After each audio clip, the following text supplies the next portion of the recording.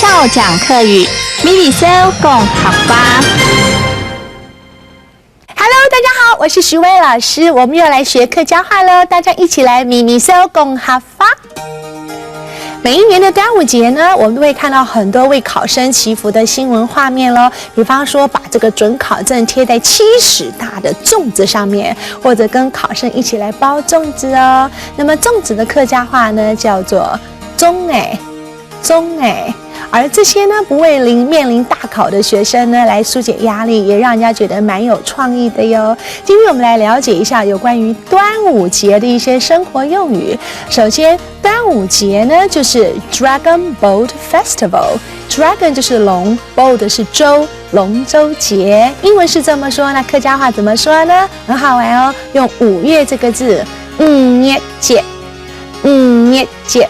5月节，那这是为了纪念爱国诗人屈原呐，以他投这个江的那一天呢，作为诗人节，因此呢，5月节也可以叫做诗人节。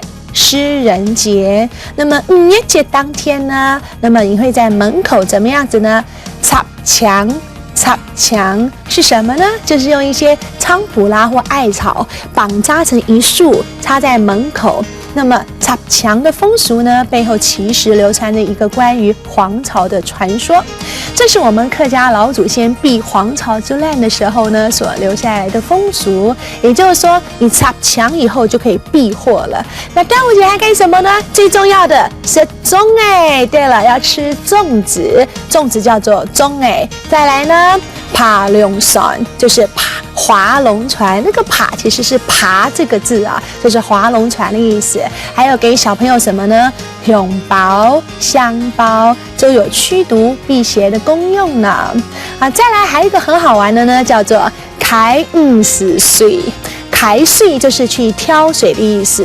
50水就是正中午12点的时候，因为呢，他们认为正中午12点的时候呢，那个水啊喝了以后呢，比较不会生病哦。洗澡的话呢，你也不容易长一些痱子啦之类的了。好，别忘了你每一天都要跟着徐薇老师来学一些客家话，复习一下我们今天学的 Dragon Boat Festival 怎么说客家话来。5月对了，很好，安子 say 再见。